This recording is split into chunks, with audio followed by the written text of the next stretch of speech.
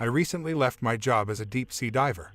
I worked for a large company that offers diving services ranging from salvage, underwater demolition, ship repairs, and search and recovery. They are a reputable company and are considered safe and reliable. So much so that they are often contracted by the government. Truth be told, I will miss working for them. The people I worked with were truly the best of the best. But there are only so many unexplainable things you can witness in the deep before you decide to stay out of the ocean forever.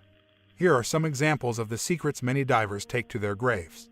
On the way to a job we were contracted to perform, our propeller became fouled. I suited up and prepared to make a quick dive to remove the fouling. I did a brief inspection and located a thick line wrapped around the prop and shaft. I notified the supervisor, who then lowered a canvas bag with the tools I needed to cut it off. I hung the bag from the shaft and began freeing the propeller. It didn't take long, and I returned to my tool bag. I noticed a strange crunching sound when I dropped the tools in the bag. When I looked in the bag, it was full of large shells, many of which I had just crushed. After getting out of the water and stripping off my gear, I began examining them. The shells had what appeared to be hieroglyphics etched into them. I learned from one of the senior guys that this wasn't common, but had happened to several of them before. On one other occasion we were recovering a military aircraft. When we arrived, naval ships were on scene waiting for us to recover it for them. We were quickly briefed that they had lost communication with the pilot and wanted us to recover it so that they could investigate. I was sitting comms and logs, communicate with divers, and monitor depth and bottom time. When the divers reached the project, they reported that the plane was intact. We were all surprised. The supervisor asked how extensive the damage was, and they explained it was completely intact. As in, there was no visible damage at all. It was just resting on the bottom. Even stranger, the aircraft canopy was still in place. That means that the cockpit is still sealed. In other words, the pilot did not eject. But there was no sign of the pilot. We recovered the plane and the military took custody of it. We never heard about it again. I witnessed another strange occurrence from topside at the location of a planned demolition. It's necessary to explain that one way you can keep track of a diver is to watch their bubble stream. When a diver inhales, the helmet's demand regulator provides air from their umbilical. Then when they exhale, it is exhausted into the water and floats up to the surface. On topside you can watch the bubbles to get a general sense of where the divers are. Now on this occasion we were hundreds of miles from land and had placed 2 divers in the water. About an hour into the dive, we started noticing something strange was happening. There were 3 distinct bubble streams coming from where they were working. At first we assumed that there was a current and it was affecting them. But soon we noticed a 4th set of bubbles coming from a distance. It stopped about 20 feet from the divers, near the other mysterious bubbles. We asked the divers, but neither could see anything out of the ordinary. Then, even from the surface, we heard a blood-curdling screech from the waters. Then silence. The divers weren't too concerned. We hear strange things all the time. Sound travels well in the water, and you learn to assume it's a long distance away. But soon, it looked like the water in the distance was boiling, and it was getting closer. It wasn't boiling though. There were countless new bubble streams moving nearer to the location our divers were working.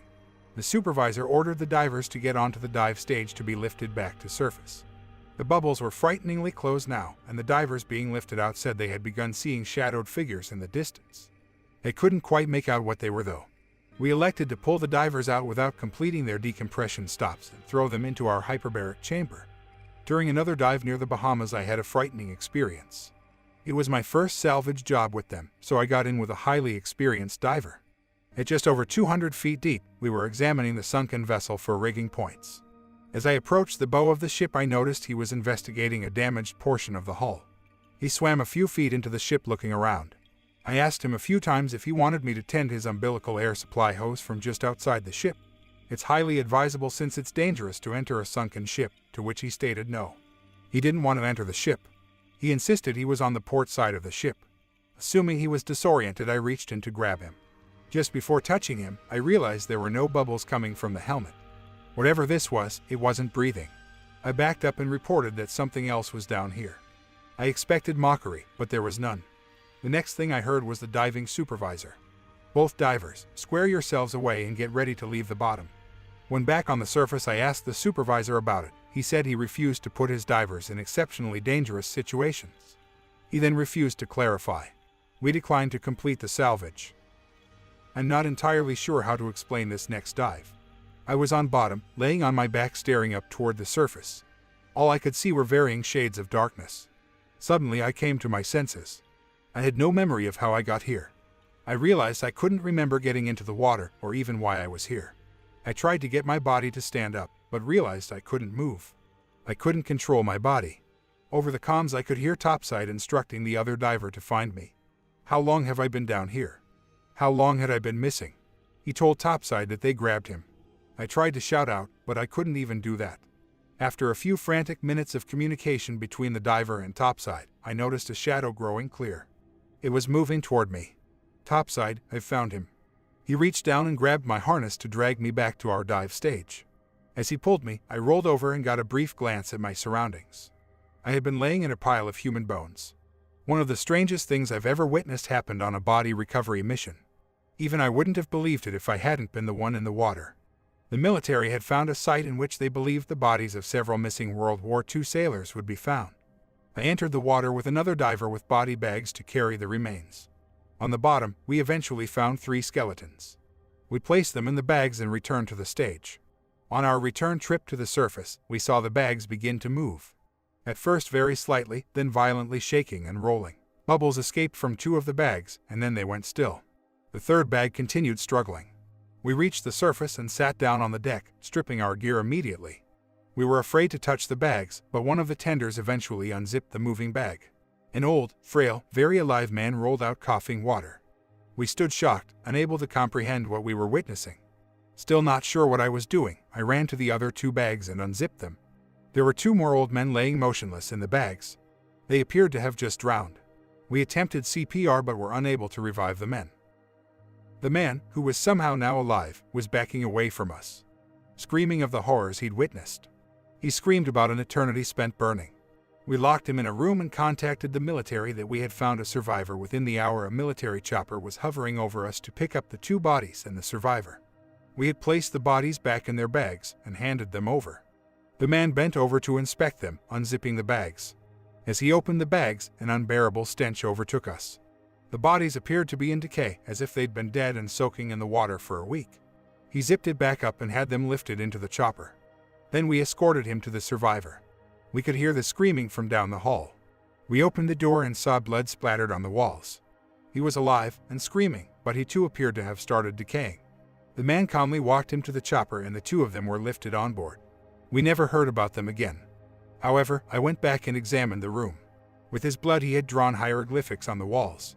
I'm still not certain of what I viewed, but there were a few things that seemed to stand out. Waves, flames, and bodies. There was a tremendous amount of them on the walls, but shortly after I walked in, our supervisor began scrubbing the walls. He refused to let us examine it any further. I've heard rumors about the Keepers of the Deep. I've wondered about them for quite some time. I believe they are the link between many of our stories. Their myth within our team is seldom spoken of. But here is what I gathered over the years. We are not meant to roam the depths of the ocean. And when a diver loses his life in the deep, it doesn't stay that way. They are cursed to forever roam the oceans. And when they find the living, in an envious rage, they will bring you back to the depths from which they came. Basic information about our dive gear. While it does vary based on the job, we do have a standard we typically use. We are hard hat divers, meaning we wear helmets, not scuba. It is surface-supplied air. We have an air system on the surface which runs through an umbilical system down to the divers. The umbilical attaches to the helmet to supply the air.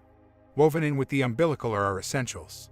Without getting too technical, there is a line to supply air, electricity for light, communication, and essentially a depth gauge. Additionally, we wear a tank on our back as an emergency gas supply. It doesn't contain much though. Just enough to get to the surface in an emergency. We don't use rebreathers for the work we do.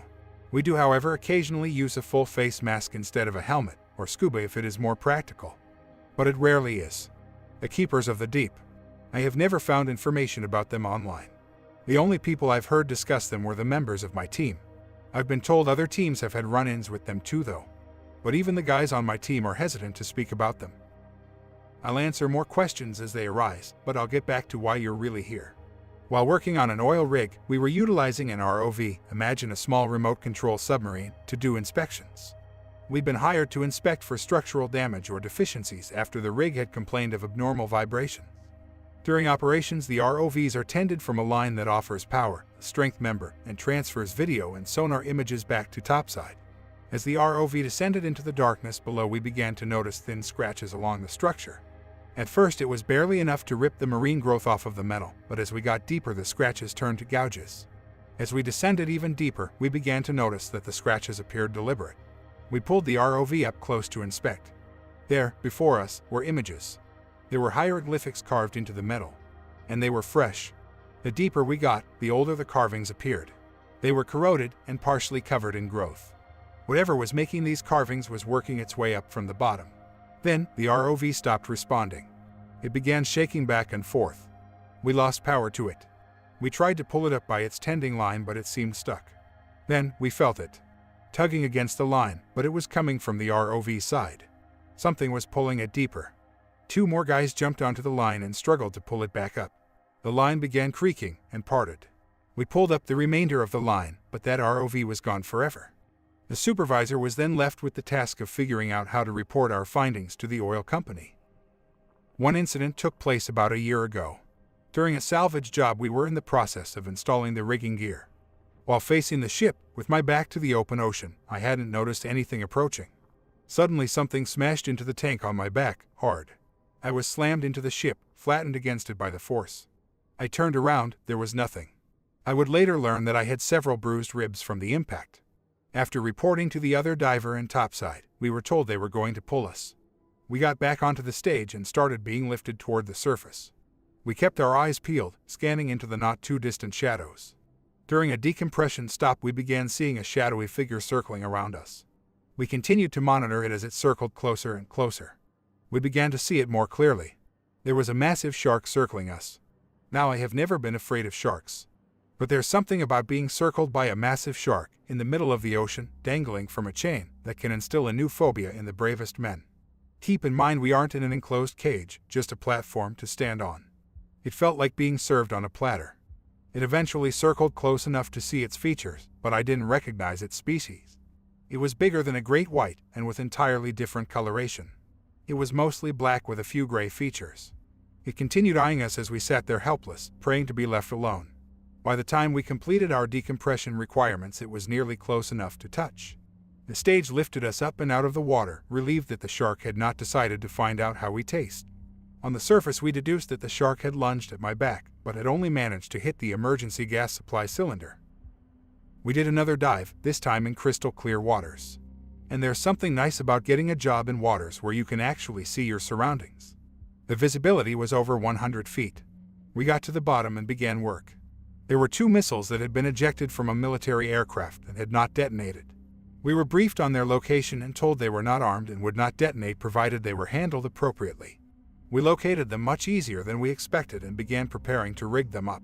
Just as I laid my hands on the first missile, my dive buddy said, "Oh shit." My stomach dropped. I don't care how many times you've worked with an ordnance. I sincerely believe you will always have that uncomfortable sensation in your gut and nervousness in the back of your mind. I looked up and realized he wasn't talking about the missile. He saw a wall of sand rising in the distance. Something, hopefully just the current, was kicking up the sand from the bottom of the ocean. The wall of sand was growing and was about 30 feet tall. Even worse, it was approaching us. Soon it was upon us. It's hard to describe what bad visibility does in the water. It's not a matter of not having enough light, it's a matter of too much crap in the water blocking the light. Imagine fog, but imagine if you can that this fog is thicker than anything you've ever witnessed. I'm talking about fog so thick that you could have a flashlight pointed at your eyes from an inch away, but you are completely blind to it. That's what bad visibility is in the water. The moment the sand hit us, we were engulfed in pure darkness. I placed my hand against my faceplate, but couldn't even see it. After a few moments, we began hearing a metallic scraping sound. Then, as swiftly as it arrived, the sand was gone. We had crystal clear waters again. Except that there was no sign of the missiles. I had been within arm's reach when the wall of sand hit us, but now even feeling around under the sand revealed no trace of them. The next incident occurred during a humanitarian job that we volunteered to perform. After a portion of the bridge collapsed over 50 feet deep ocean waters, we volunteered to recover the vehicles, and hopefully the bodies. By the time we arrived on scene, the collapse had taken place just over a week ago. We spent the first day surveying the area and developing a plan to lift the most we could in the week time frame we had available. By the start of day 2, we were actively pulling vehicles off the bottom. It was a difficult job to say the least, but not because of the effort required. The state of disarray in the cars was heartbreaking. These weren't military pilots or sailors lost at sea. These were families on vacation or people commuting to work. It was hard to say what was harder. The cars where we found an entire family, with the parents' seatbelts unbuckled and them in the backseat having been trying to unbuckle their children, or the cars where the parents got out, leaving the children buckled in the backseat. I tried not to imagine the panic that had been going on inside the cars as they flooded from broken windshields or windows, as people frantically tried to escape, but I couldn't forgive those that left their family to drown. Each day we moved on to a new section of cars, and on the fourth day we started noticing several of the cars had their doors open and nobody inside. We were happy to find easier work, especially under the assumption that the tragedy had been lessened by people escaping the wrecks. That is until I began rigging a minivan for removal. The family inside hadn't been so lucky. As I ran slings through the van and prepared it to be lifted, I noticed the other diver inspecting the rigging gear. He began undoing one of my shackles. I asked what he was doing, and the response was not what I'd hoped for. "I'm checking this truck for bodies." I felt the familiar sickness in my gut sensation. Slowly, I crept over to the diver and turned his body toward me. It resisted, but slowly turned its face toward me. Its faceplate was fogged up, and I fought my better judgment. I leaned in close, and I wish to this day I hadn't. It was dark, but I could all too clearly make out the features. Rotting flesh. The person wearing this helmet had long since passed away. I lost my confidence, starting to scream. My comms were blazing, divers and topside were frantically trying to get my attention. But I was focused on one thing only. I was scrambling backward, away from him. But I had fouled my umbilical around the rigging gear in my state of panic. The thing had again returned its focus to the minivan. As I frantically cleared myself from the slings, I noticed the telltale lack of bubbles coming from the helmet. It was opening the minivan door and reaching inside. As I swam away from the van, I watched it grab one of the passengers and drag them into the darkness. This was when I began to realize I might not be cut out for working beneath the seas.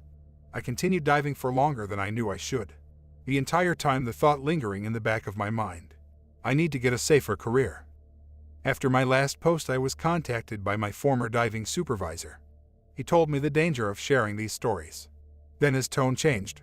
"Things are getting worse down there." He had never before spoken freely about it with me. "We had an incident last week, and we lost men." I was shocked. We all know the dangers, we've all seen the keepers of the deep. But nobody actually expects to die. After a close call or two, you just expect to keep having close calls. Out of respect for our fallen, you need to use your best judgment before sharing this, and realize it isn't safe to share this story. The team was contacted to perform a standard salvage job for the military. They had been incredibly vague about the work, but indicated that a vessel had gone down. The dive team and their gear were loaded aboard a U.S. naval ship to be escorted to the project. This is abnormal, but not unheard of. But things became more and more strange as they traveled to the project. First, they were briefed by the commanding officer. He reviewed the confidentiality agreement regarding our work. Then the brief was turned over to a man who did not introduce himself. He explained that the Navy has been working on a prototype submarine. Its capabilities and new technologies would not be relevant to us. All we needed to know was that it was tremendous. The size would dwarf any subs we'd ever witnessed.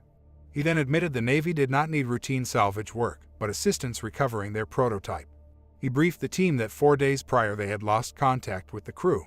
Sonar images show the submarine resting on bottom, apparently intact, but nobody was responding to communications attempts. As the ship arrived on scene, they found that they were not alone. Nearly a dozen Navy ships were already awaiting their arrival. The divers were given the go-ahead to get in the water and begin work. Their first task was to inspect the submarine for damage and hazards. They needed to provide a bottom report for the engineers to develop a plan for raising it.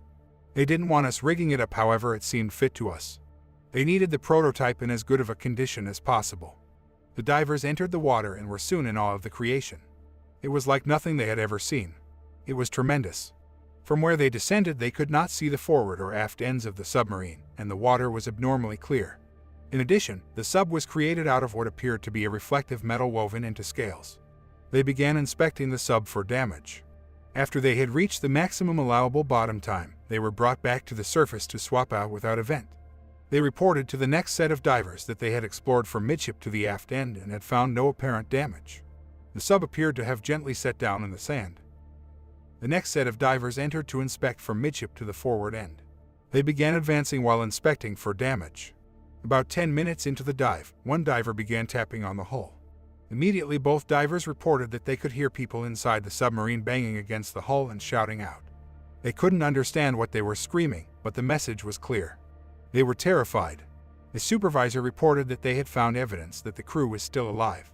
The divers continued advancing. It was about 5 more minutes before their next report. There were carvings across the submarine's metallic scaled surface. Hieroglyphics had been carved into the submarine and appeared to stretch from the very front of the submarine toward midship. Still, there were no signs of structural damage that would have caused the submarine to cease functioning. The divers returned to the surface and the commanding officer was given a full report on the day's findings. The team was assured that the submarine was capable of sustaining the crew. They were eager to retrieve it, but the crew was believed to be in relatively little danger. As day 2 began, divers descended with instructions to locate 4 specified locations. Engineers needed to verify they were still structurally sound for attaching rigging. Immediately, the divers reported that they could still hear the banging coming from within. They began locating the rigging points quickly and easily. As they approached the forward end of the ship, just within the region which was covered in carvings, they noticed a figure moving about. They both saw it, there was no denying it. But it soon disappeared from sight. The divers were unable to figure out where it had gone. They agreed to quickly find the remaining 2 points. It was quick work, the 2 remaining points were located. All 4 were intact and readily available for use. As they readied to return to surface, they were informed that there were 2 more locations they were being asked to inspect. There were supposedly 2 hatches, port and starboard, that the engineers had insisted needed to be checked. The supervisor was wary. The engineers up here got uneasy when they heard your reports of something moving around the ship. They stepped inside and when they returned insisted that you find the 2 hatches. I'm not sure what's going on, they are being very ambiguous. Please be cautious. The divers returned to the area in question and began closely re-examining the area. As they worked, they soon saw a figure emerging from the submarine. It was dragging a body out of the hatch. They froze and watched as it pushed the hatch closed and began dragging it into the distance. They then approached the spot and realized the hatch was almost indistinguishable between the scales and carvings on the submarine, but it was there. As they were reporting this, that hatch began to open again. Topside lost communications with the 2 divers. It was sheer panic on topside. The tenders were reporting strain on the divers' umbilicals. The standby diver donned his helmet and prepared to get in the water. The umbilicals began violently shaking and pulling. The standby diver was clearly terrified, but nonetheless approached the side of the ship prepared to enter the water. The strain on the umbilicals released, and suddenly the lines went limp in the water. A few moments later, air bubbles were erupting to the surface. The supervisor grabbed the standby diver and told him, "Get the divers, and get out of there." He entered the water and began tracing out their umbilicals. His goal was to follow the umbilicals to the divers in distress. As he followed the umbilicals, he saw the air violently erupting from below and continued deeper. He reached the source. The umbilicals had been cut free of the divers and were pumping air into the water. Knowing the divers had no air supply, he urgently searched the area for the 2 divers. After 5 minutes, he had found no sign and was ordered to inspect the hatch. He frantically made his way to the hatch, hoping beyond hope to find the divers alive. As he approached, he found the hatch open and saw the 2 bodies laying on the floor. He entered the space to retrieve them. As he did, he noticed several figures in the darkness of the room. He grabbed the nearest body and began pulling it as the figures rushed toward him. They were instantly upon him, tearing at him and his gear. In fear, he released the body and attempted to flee the space. In the struggle, he freed himself and rocketed to the surface. He was pulled up and over the side of the ship unconscious. His bloodied body lay on the deck, likely suffering from an arterial gas embolism from his rapid ascent. The team rushed him into the hyperbaric chamber to treat him. The supervisor informed the commanding officer that all diving was being terminated. He had lost 2 men and 1 was in critical condition. There were inexplicable things happening on this submarine, and he would not sacrifice more men. The treatment continued through the night, and the diver regained consciousness. He told the supervisor he was done. He would not re-enter the water again, ever. He was assured nobody would be returning, and that as soon as his treatment was complete, the entire team was returning to land.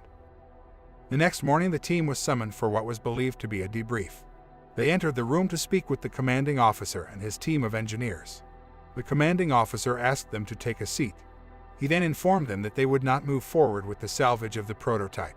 However, what was down there couldn't remain. Whatever was inside of the submarine had to be positively destroyed. The team was to re-enter the water and plant charges in locations specified by the engineering team. The supervisor was furious. He demanded that the team be taken back to the mainland and released from the ship. Armed sentries entered the room and restrained him. The commanding officer again repeated his orders and clarified that the team would not be allowed to leave until the job was complete. Diveside was reassembled under the watch of several armed sailors. The supervisor continued to protest the job. After over an hour of conflict, 2 divers agreed, under duress, to get in the water to plant the charges. The 2 divers entered the water. Fearfully, they moved to the specified locations and began placing the charges. They began hearing the banging and shouting coming from within the sub. The divers, understanding these men would be killed, began sobbing. The commanding officer came onto the comms and again explained they would not be allowed to leave until the job was complete. After regaining their composure, the 2 regretfully continued. The 2 completed their task and returned to the surface. In their shame, they refused to speak to anyone and left the dive side. The ships began departing from the location and the team was again summoned. The commanding officer thanked them for their service to their great nation and informed them that they would be handsomely rewarded for the regrettable tragedy they had encountered. He then went over the confidentiality of the job and everything that they had witnessed. His final words to them were, Previous events have been leaked to the public. Please realize there will be real consequences for any leaked information about what happened here today.